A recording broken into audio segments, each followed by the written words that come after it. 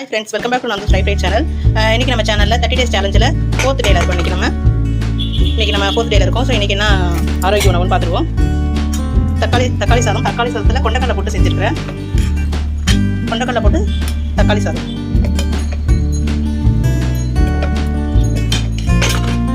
So கொண்டக்கடலை போட்டு தக்காளி சாதம் சூப்பரா அருமையா செஞ்சிருக்கேன் இன்னைக்கு. தக்காளியை நிறைய போட்டுருக்கேன். சோ தக்காளி சாதம். அடுத்தது முருங்கைக்கீரை சூப்பு சாப்பிட்டாச்சு. கீரை எடுத்து வச்சுப்போம், முருங்கைக்கீரை எடுத்து வச்சுப்போம். நல்லா தக்காளி பூண்டு வெங்காயம்லாம் போட்டு அருமையான ஒரு முருங்கைக்கீரை சூப்பு. அடுத்தது தயிர் வெங்காயம் நிறைய வெங்காயம் போட்டு தயிர் எப்போதுமே ஆட் பண்ணிக்குவேன்.